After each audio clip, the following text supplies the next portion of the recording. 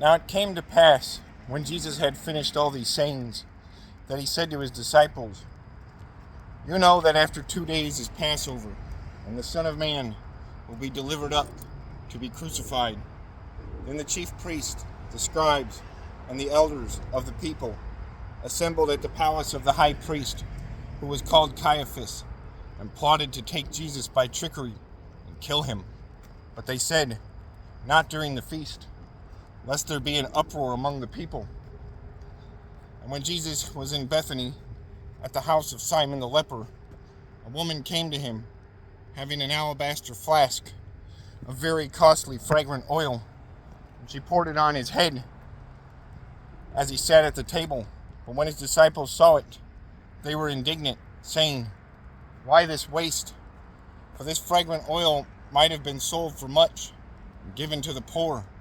But when Jesus was aware of it, he said to them, "Why do you trouble the woman? For she has done a good work for me. For you have the poor with you always, but me you do not always have. For in pouring this fragrant oil on my body, she did it for my burial. Assuredly I say to you, wherever this gospel is preached in the whole world, what this woman has done will also be told as a memorial to her." Then one of the 12, called Judas Iscariot, went to the chief priest and said, "What are you willing to give me if I deliver him to you?" And they counted out to him 30 pieces of silver. So from that time he sought opportunity to betray him. Now on the first day of the feast of unleavened bread, the disciples came to Jesus, saying to him, "Where do you want us to prepare for you to eat the Passover?" And he said, "Go into the city to a certain man and say to him, 'The teacher says, my time is at hand. I will keep the Passover at your house with my disciples.'" So the disciples did as Jesus had directed them. They prepared the Passover. When evening had come, he sat down with them. He sat down with the 12. Now as they were eating, he said, "Assuredly, I say to you, one of you will betray me." And they were exceedingly sorrowful, and each of them began to say to him, "Lord, is it I?" He answered and said, "He who dipped his hand with me in the dish will betray me. The Son of Man indeed goes just as it is written of him. But woe to that man by whom the Son of Man is betrayed. It would have been good for that man if he had not been born." Then Judas, who was betraying him, answered and said, "Rabbi, is it I?" He said to him, "You have said it." And as they were eating, Jesus took bread, blessed and broke it, and gave it to his disciples and said,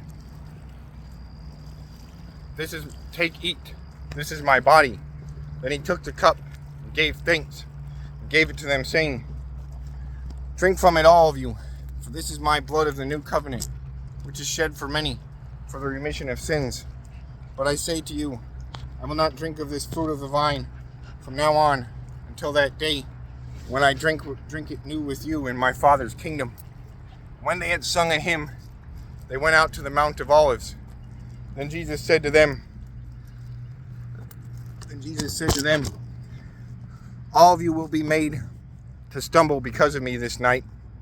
For it is written, I will strike the shepherd, and the sheep of the flock will be scattered. But after I have been raised, I will go before you to Galilee." Peter answered and said to him, "Even if all are made to stumble because of you, I will never be made to stumble." Jesus said to him, "Assuredly I say to you that this night, before the rooster crows, you will deny me 3 times.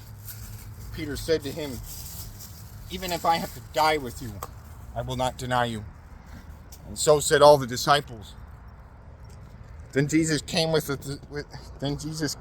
them to a place called Gethsemane, and said to the disciples, "Sit here while I go and pray over there."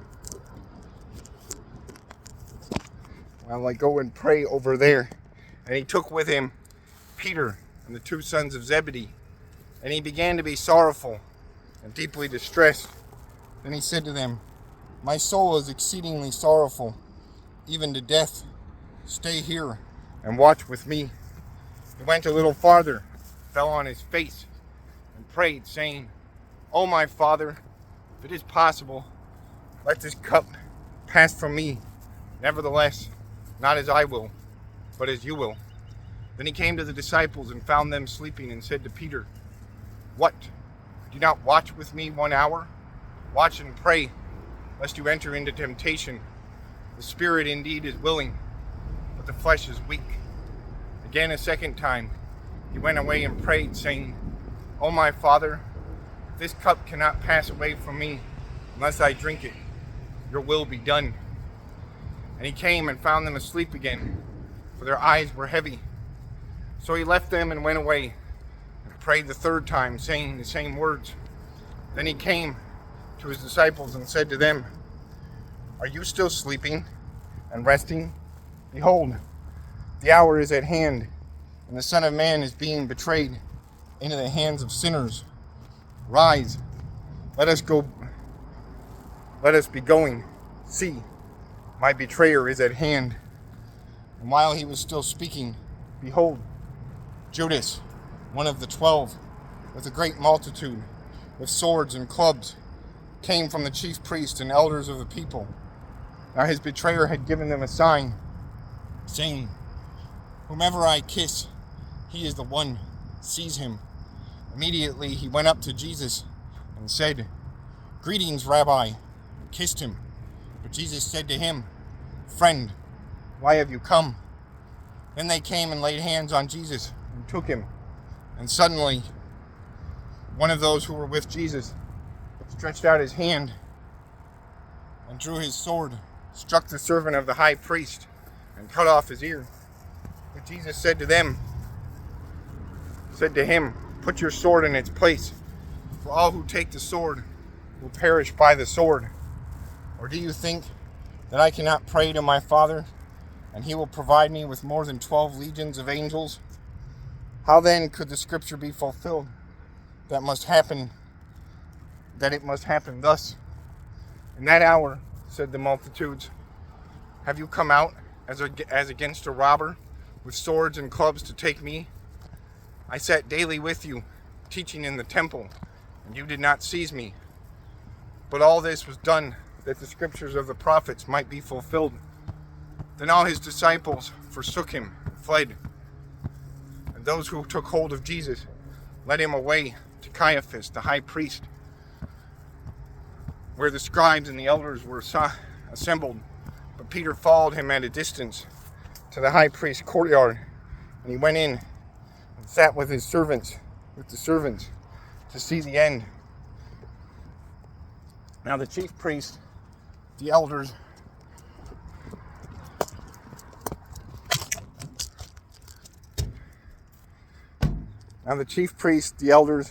and all the council sought false testimony against Jesus to put him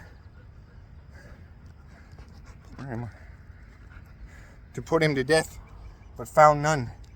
Even though many false witnesses came forward, they found none.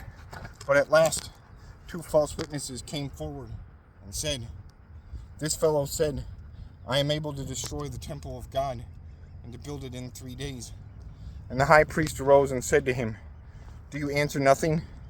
What is it these men testify against you? But Jesus kept silent.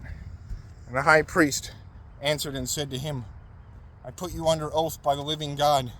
Tell us if you are the Christ, the Son of God. Jesus said to him, It is as you said. Nevertheless, I say to you, hereafter you will see the Son of Man sitting at the right hand of the power and coming on the clouds of heaven.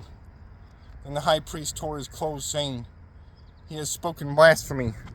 What further need do we have of witnesses? Look, now you have heard his blasphemy. What do you think?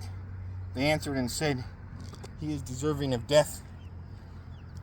Then they spat in his face and beat him, and others struck him with the palms of their hands, saying, Prophesy to us, Christ. Who is the one who struck you? Now Peter sat outside in the courtyard, and a servant girl came to him, saying, you also were with Jesus of Galilee. But he denied it before them all, saying, I do not know what you are saying. And when he had gone out the gateway, another girl saw him, and said to those who were there, This fellow also was with Jesus of Nazareth. But again he denied with an oath, I do not know the man. And a little later, those who stood by came up and said to Peter, Surely you also are one of them, for your speech betrays you. Then he began to curse and swear, saying, I do not know the man. Immediately a rooster crowed, and Peter remembered the word of Jesus, who had said to him, Before the rooster crows, you will deny me 3 times. So he went out and wept bitterly.